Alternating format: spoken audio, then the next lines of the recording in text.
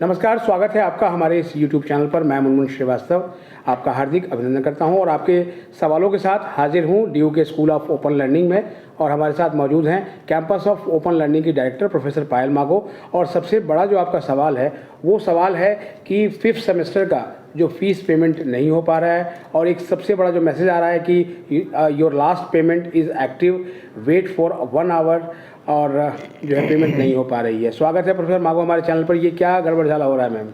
नमस्कार। इसमें कोई भी गड़बड़ नहीं है।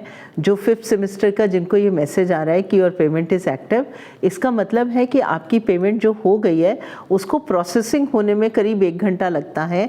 1 घंटे के बाद में उसकी फ़ी रिसीट जनरेट होती है, तो आपको जो उसकी रिसीट है वो मिलने के बाद में आपको कंफर्म हो जाएगा कि आपकी पेमेंट हो गई है। और इसीलिए आपको वार्निंग दी जाती है कि आपकी पेमेंट जो प्रोसेस में है उसको आप दोबारा पेमेंट ना करें। और इसके बाद भी अगर बाई चांस आपकी फ़ी रिसीट नहीं जनरेट होती है तो वो फ़ी रिसीट हम आपकी जनरेट करा के देंगे। तो मैम ये सॉल्यूशन फिर निकलेगा कैसे? जैसे अब बच्चे कह रहे हैं कि 3rd सेमेस्टर की तो 5 तारीख लास्ट डेट रखी गई है, 5th के लिए कोई अभी डेट ऐसी स्पेसिफिक नहीं है। हाँ, 3rd सेमेस्टर के लिए कल की डेट है एक। आप कोशिश करिए कि कल तक आपकी काफ़ी स्टूडेंट्स ने फ़ी पे कर दी है, कुछ स्टूडेंट्स बचे हैं, एक नंबर ऑफ़ स्टूडेंट्स बचे हैं, तो वो अब कल तक फ़ी पेमेंट कर दीजिए। लेकिन अगर आपकी फ़ी पेमेंट में कोई कल के बाद भी इशू आते हैं तो उसको डिसाइड किया जाएगा कि कुछ समय आपको और मिले, लेकिन उस समय की इंतज़ार मत करिए, क्योंकि फिर से वेबसाइट के ऊपर प्रेशर बढ़ना शुरू हो जाता है और फिर से आपकी पेमेंट रुकेगी। तो अगर आपकी पेमेंट कल तक हो जाती है तो आप ज़रूर करें। अगर उसके बाद कुछ स्टूडेंट्स की होगी तो वो हम देखेंगे कि उनकी पेमेंट कैसे करानी है, उसके लिए कुछ समय उनको दिया जाएगा। तो जैसे मैम अभी पीछे दीपावली, भैया दूज और ये तमाम त्यौहार थे, तो जैसे जब शेड्यूल बनाया गया था तो इनको ध्यान में रखा गया था कि अगर इन दिनों दिक्कत आएगी तो क्या करेंगे? नहीं, इनको ध्यान में रखा गया था, लेकिन ऑनलाइन पेमेंट होनी है तो ये कोई बहुत ज़्यादा बड़े इश्यूज़ नहीं होते। हाँ, ये हो जाता है कि एक बार वेबसाइट अगर डाउन हो गई तो फिर इन दिनों में उसको ठीक करने में एक थोड़ी मुश्किल सी आ सकती है, लेकिन काफ़ी समय तक ये वेबसाइट चलती रही है, कोई इसमें इश्यूज़ नहीं आए हैं। कुछ स्टूडेंट्स का आ रहा है जिनकी एक्चुअली बहुत सारे बैंक्स इस पेमेंट में इन्वॉल्व हैं, तो हर बैंक का अपना प्रोसेसिंग एक टाइम है, और कुछ बैंक्स जिनका प्रोसेसिंग टाइम ज़्यादा हो रहा था उनको हमने डिलीट भी कर दिया है। तो अभी मुझे लगता है कि प्रॉब्लम कम होनी शुरू हो जाएगी। यानी कि मैम फीस पेमेंट जो है एक बड़ा इशू बन गया है, कहीं पोर्टल से रिलेटेड इशू आ रही है? नहीं, मुझे लगता है कि पोर्टल से रिलेटेड इशू तो नहीं होना चाहिए। ये इसमें जो बैंक्स के पास जाता है उनका जो प्रोसेसिंग टाइम है वो प्रोसेसिंग टाइम हर बैंक का अलग अलग है।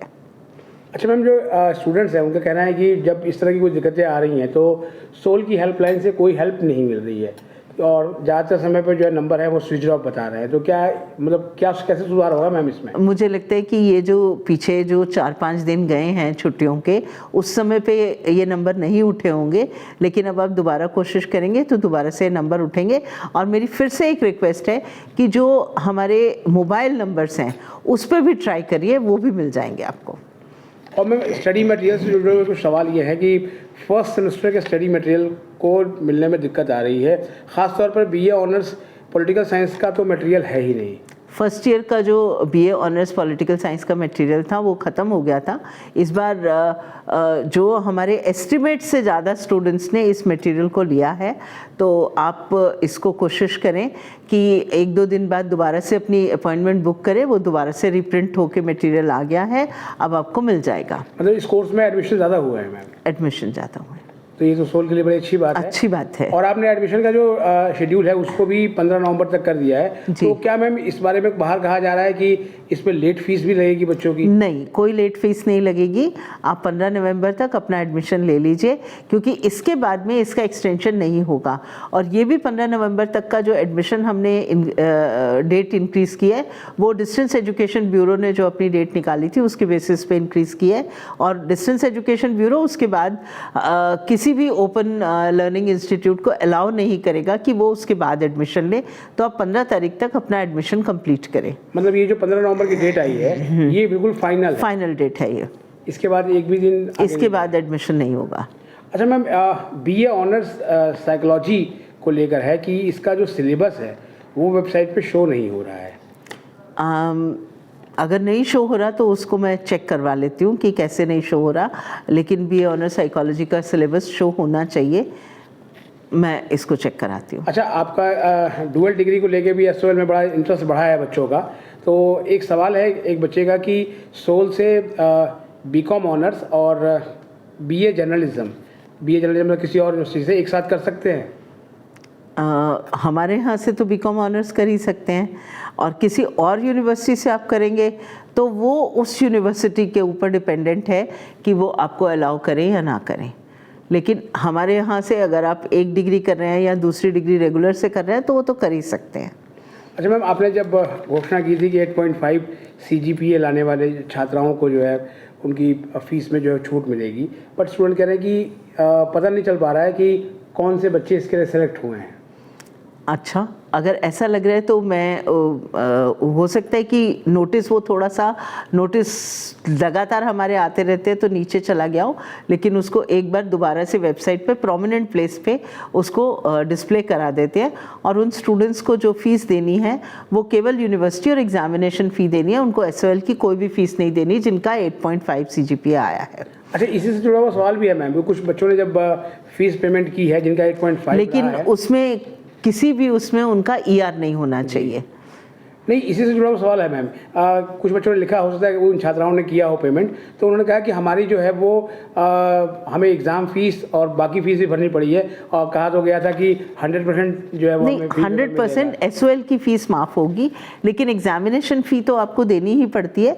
और जो यूनिवर्सिटी की फ़ीस है, जो यूनिवर्सिटी के अंदर जो फैसिलिटीज़ और वो सब डेवलपमेंट होती है, वो फ़ीस भी देनी पड़ेगी, और वो बहुत एक नॉमिनल फ़ीस है।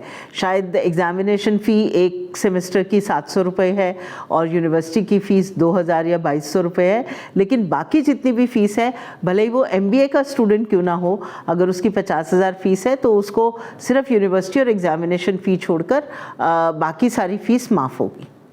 एक सवाल मैम जो है वो खासतौर पर BA ऑनर्स साइकोलॉजी के स्टूडेंट, साइकोलॉजी वालों ने कुछ ज़्यादा सवाल पूछे हैं। उनमें से कुछ बच्चों का कहना है कि उनके लिए क्लास के लिए मैसेज उनको वो नहीं आए हैं, लिहाजा वो अभी तक क्लास अटेंड करने ही नहीं पहुँच पाए हैं। एक बार हमारी ना जो सारा शेड्यूल होता है PCP क्लासेस का, वो भी वेबसाइट पे अवेलेबल होता है। कई बार आपके पास मैसेज नहीं पहुंचता क्योंकि आपका फ़ोन नंबर या तो सेम नहीं है या कोई और इशू हो जाता है, लेकिन आप उस शेड्यूल को हमेशा चेक करते रहिए। अभी भी कुछ क्लासेस बची हैं, आप जाके लॉ सेंटर 1 में साइकोलॉजी की क्लासेस हो रही हैं, वहाँ पर अपनी क्लासेस लीजिए, और अगर उसके बाद भी कोई प्रॉब्लम होगी तो हम उसके बाद में रिविज़न क्लासेस ऑनलाइन शुरू करने वाले हैं। ये रिवीजन क्लासेस मैम कब से शुरू होने की उम्मीद है? दिसंबर से शुरू करेंगे, एग्ज़ाम से जस्ट पहले। और ये नवंबर में इंटरनल असेसमेंट चलेगा? नवंबर में इंटरनल असेसमेंट। और एक सवाल मैम जो है वो इंटर्नशिप को लेके भी आया है कि जैसे पीछे आपने इंटर्नशिप के लिए कुछ बच्चे सेलेक्ट किए थे, तो क्या फिर से इंटर्नशिप के लिए कोई फॉर्म वगैरह निकाला जाएगा? हाँ, फिर से इंटर्नशिप जो नेक्स्ट सेमेस्टर आएगा उसमें फिर से हम कुछ इंटर्न्स लेंगे। बहुत बहुत धन्यवाद मैम इन सवालों का जवाब देने के लिए। Thank you.